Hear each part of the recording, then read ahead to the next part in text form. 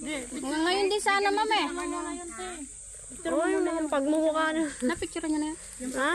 Yung papel, pinicture mo na yun. Napicture niya na. Nag-black and white lang, ano? DNR. Ano? Decision. Nagtatakan lang ng bagong totok.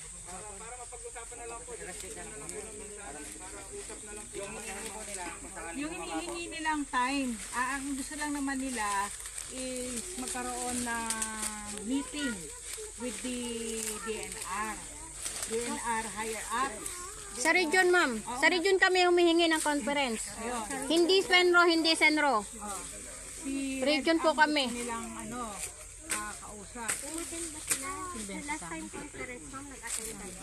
Hindi po kami naka-attend dahil si Ma'am Pyra nasa Malacanang. Pinakancel ni Ma'am Pyra. O ngayon si Ma'am Pyra humihingi kami ng Ano po si Ma'am Paino? abogado rin po namin. Abogado si Ma'am Paino. Opo. Tignan ko, Pyra. Lucas. Yung legal counsel niyo po siya? Huwag na tayo maghanapan na kung sino. Pre, ano to? Ano? Sir, kukunin ko po yung ID niyo, sir. Ipipresent ko din po sa DNR yan sa region para malalaman po namin kung sinong tiga DNR ang umakyat dito. Kasi yun ang tinatanong sa amin, ano yung sasagot namin? Manghuhula lang kami kung sinong DNR, sasabi lang namin tiga DNR. Baka Sir. naman di talaga DNR. Kung ayaw nyo pakita yung ID nyo, kahit yung face nyo ilagay nyo, pipicturean ko kayo. Ayaw naman. Oo, O bakit ayaw nyo? Ano ba yan?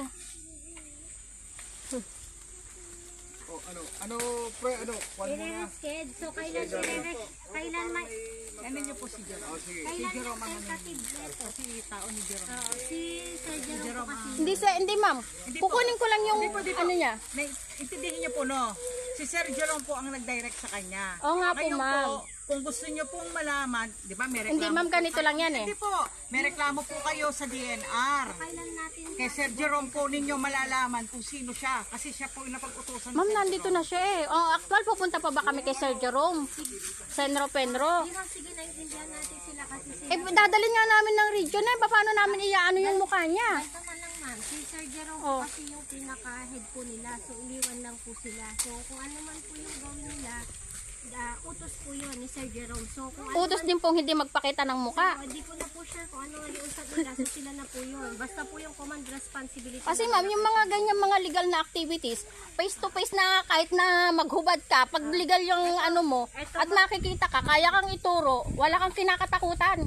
Ma'am, eto, at least na pagbigyan po kayo, in-stop na lang po muna. Mag-schedule po si DNR kung sino po yung gusto nyo makausap sa higher up.